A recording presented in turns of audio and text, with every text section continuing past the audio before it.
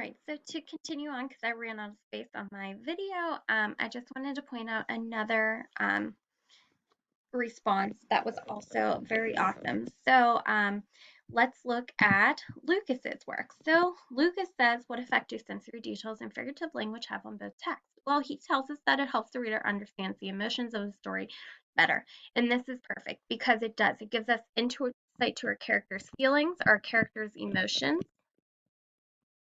So very nice work.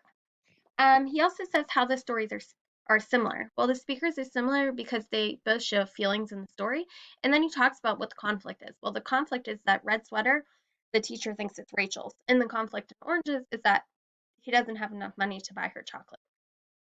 So here is the best answer I have seen so far. The common theme is that they both teach a lesson. The lesson in 11 is that shouldn't people in the lesson in orange is that you should always be nice and caring towards others. Yes, if in 11, if those girls were nicer to Rachel, they would have said that the sweater was hers, right? Or it was theirs instead of Rachel's.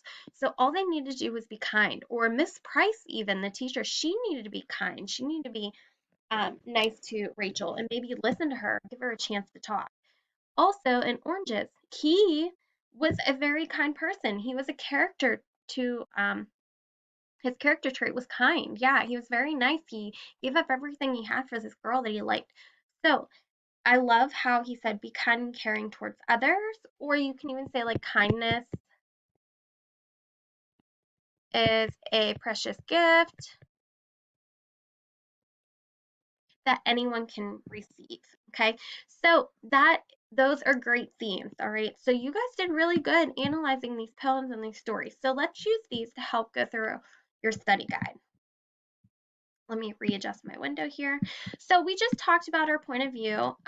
What Rachel compares growing old to, that's actually three things that are in our story. So you might want to go back to the story and list those three things, but remember they are like layers, so that should give you a hint.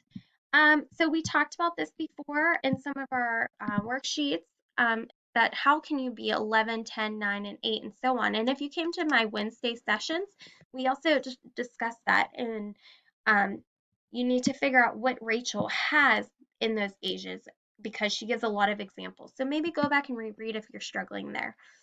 We talked about similes, we talked about metaphors. However, there is a one or two metaphors. However, that's actually not something on your test. So if you don't want to do the metaphor for um, 11, that's fine. So let me see if I can draw on here. I don't think I can. However, 11 or 8 and 9 are settings. You actually have to be able to write these two in a complete sentence, okay? So 8 and 9 right here, write these in a complete sentence.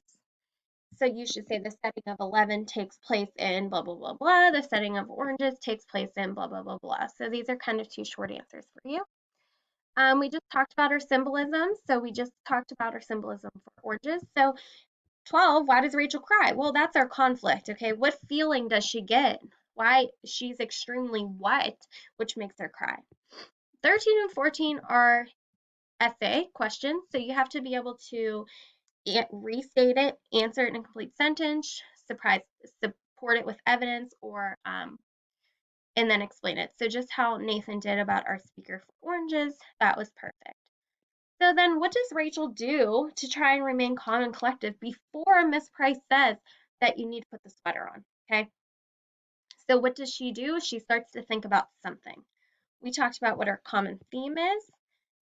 If you met with me in my Wednesday group, we talked about how she says, you're not mine. These little ellipses, these three dots show that she is pausing, right? So why are they making her pause in our story? On our comparing, we talked about the difference between figurative language and sensory details, and actually you can use that as like how are they the same and what do they do for the story.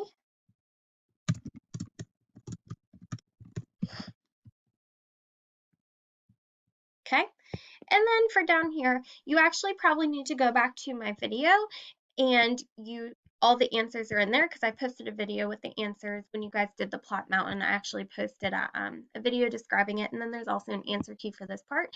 However, if you're confused on this, go through your story. Think about what happens at the very beginning to the very end, and then what our main conflict is and go through and label them all. So if you have problems with this or anything else, I am available Monday at 2:15 or Tuesday at 2:15 to help you go through some of these answers and help explain things better for you. However, I am ready. I think you guys are going to be prepared for this test and you're going to do a great job. All right, I look forward to seeing you on Monday or Tuesday.